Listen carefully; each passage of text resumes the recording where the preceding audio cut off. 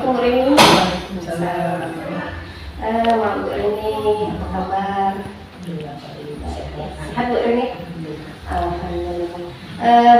Maaf Bu Rini ya, pagi ini sedikit kesempatan waktunya saya mau izin untuk mengunjungi Ibu Rini sebentar saja. Karena kami ini ada tugas aksi nyata di modul 3.1 Bu ya. Mungkin saya akan mengembangkan materi yang di modul ini mengenai peran pemimpin untuk bisa mengambil keputusan dalam satu kasus mungkin ada permasalahan yang alami. Kalau baik Bu ini mungkin di sini mungkin ada yang saya ingin tanyakan Bu ya, yang bisa membantu saya untuk memperbaiki tugas yang mungkin saya akan selesaikan. Baik Bu, mungkin langsung saja Bu ya. Mungkin di sini akan ada pertanyaan yang akan saya tanyakan. Yang mungkin ya selama Ibu menjabat menjadi wakil ya di sekolah ini di SMK 1 Tanjung Agung, mungkin ada satu kasus yang Ibu hadapi ya. Kemudian mungkin kami boleh tahu apa sih permasalahan yang mungkin ada kasus yang Ibu alami sehingga Ibu dapat mengidentifikasi kasus tersebut, apakah itu dilema ITK, atau rujukan moral, dan kira-kira bisa nggak Ibu menceritakan kasus yang sedang Ibu hadapi mungkin? Silakan Ibu ini. Kalau kami sih selama menjabat menjadi wakil, terutama di bidang humas, yang sering kami hadapi itu ketika prakerin PKL ya. PKL ini karena siswa dilepas magang ini banyak sekali, kadang-kadang mereka ini tidak disiplin dalam menjalani PKL ya, PKL di situ di tempat. Jadi ya tempat magang mereka atau DUDI-nya ya lapor ketika kali itu masalah kedisiplinan siswa ketika PKL. Disiplin anak itu sangat dituntut Bu ya, proses perusahaan ini ya, karena di dunia usaha, dunia industri Bu ya. Oke. Jadi bagaimana Bu kira-kira mungkin Bu ya, ada yang merasa menjengkel di hati Ibu bila mana ada anak yang memang mungkin tergolong atau terlibat dalam, misalnya Bu ya, anak ini kan bagus nih, tiba-tiba ada sesuatu yang terlibat dalam kasus yang mungkin Ibu sendiri yang agak gimana gitu ya, agak mungkin saya dulu anak ini mungkin bagus, tiba-tiba gitu. Gimana itu menurut Ibu? Biasanya sih kalau misalnya dalam magang itu kemungkinan mungkin mereka dalam ini ya, maksud itu mereka tempat tinggal, ngekos, mungkin bergaul dengan kawan yang beda tempat misalnya kan, jadi mengakibatkan mereka kurang disiplin ya dalam mengikuti praktek seperti itu. Artinya kalau misalnya anak yang kecil misalnya kalau yang kita nggak tahu ya, kadang-kadang kalau di sekolah itu anak itu tergolong terus tiba-tiba di luar sana, nah itu kan agak kita kan agak merasakan gitu ya, apakah anak ini memang ada posisi negatif dan posisi ini positifnya ya, nah begitu maksudnya yang merasa kita mungkin anak ini butuh komunikasi yang gimana gitu, bagaimana itu misal antara DUDI dan pihak sekolah ya. Misal kalau ada terjadi sesuatu yang bagaimana dengan kepolisian tadi ketika PKR, kami kalau biasanya sih DUD itu kan ya beberapa kali dulu ya anak tuh. Kemudian setelah terjadi beberapa kali mereka baru memberitahu pembimbing. Ya. Nanti dari pembimbing mengkomunikasikan kelas dulu. Jadi biasanya langkah yang diambil ya dilakukan pemanggilan pada anak tersebut dan disertai orang tua, pemanggilan orang tua. Di proses biar kita tahu apa sih yang menjadi penyebab anak itu tidak rajin atau tidak disiplin dalam PKL tadi ya. Bu ya. Berarti di sini Bu, saya ada pertanyaan Bu. Itu tadi Bu menyebutkan ada langkah-langkah ya. Nah di sini benar Bu. Langkah-langkah yang Ibu ambil untuk menyelesaikan kasus tadi selain pemanggilan gitu ya, apa saja yang spesifik.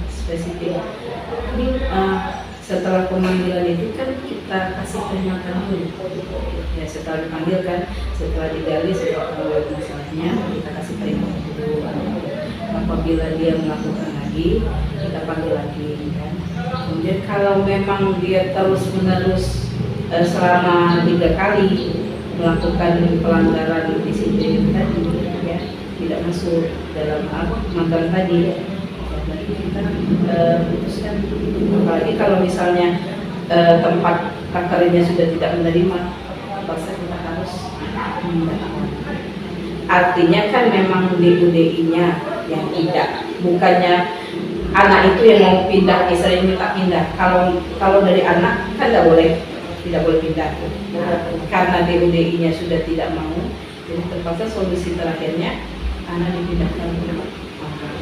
Jadi di sini langkah-langkah jelas Bu ya, bahwasanya kalau anak itu ya kasus yang benar bisa diakomodir, kita dulu langkah-langkahnya ada pemanggilan ya. Jadi step by step itu Bu artinya ya, pemanggilan itu ya, tidak langsung memutuskan gitu ya. Pasti aturan orang tuanya harus tahu bahwa anak itu ada masalah. Selanjutnya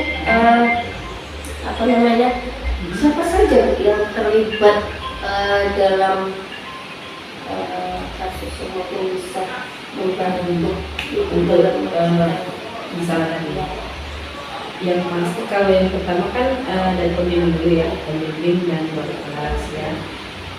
Kemudian baru dilibatkan Dika kalau memang ini kan, tapi kalau misalnya tidak istilahnya itu, mungkin mereka tidak ada catatan lain ketika mereka sekolah, mungkin hanya pembimbing dan wali kelas. Kemudian kita ada ketua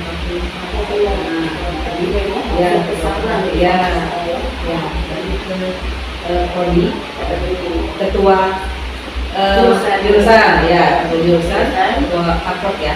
Kemudian baru saya, kalau memang tidak ini dengan kami, baru ke kepala sekolah menyelesaikan. Artinya di sini banyak pihak-pihak yang terlibat ya dalam menyelesaikan kasus yang mungkin